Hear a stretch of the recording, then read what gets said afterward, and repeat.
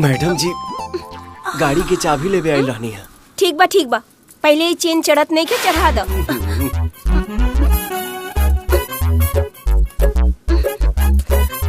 चढ़ा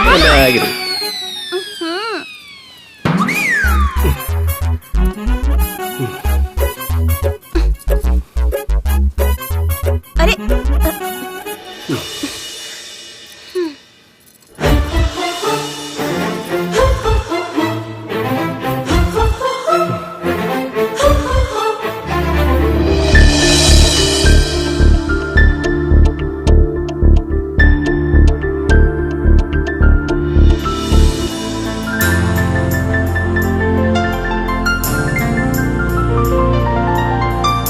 हम तो वही दिन तोहार दीवानी हो गई नी जौने दिने मंदिर में तोहके बहादुरी से लड़त देखनी, और उहे दिन हम फैसला कर लेनी कि अब चाहे कुछ होगी अब सिर्फ तू ही बनवा हमार भतार।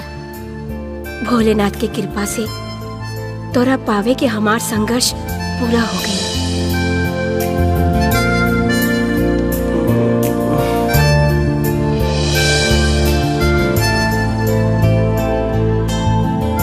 मैडम जी चाबी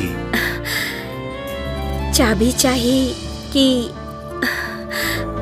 चुम्मा?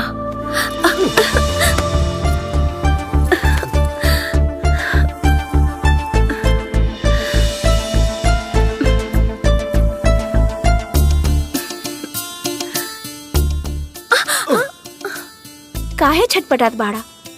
अकेले 10 मर्द से भिड़ सकेला और एगो लड़की से भिड़े में दम घुटता। उ कहा ना हमरा के तोहार लत लग गई। सुना, मेरे प्यार का किस्सा तो बहुत पुराना है।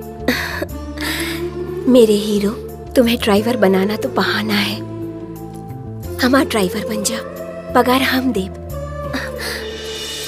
मैडम जी के नहीं आई तब क्षमा करी, बाद में कर। बक ओकर कोनो जरूरत नहीं है। ये कौन नौकरी अरे? यहाँ तू को गाड़ी चलावे के पड़ी का करबू? अरे चढ़ले रहबू? अरे उतर जा देवता।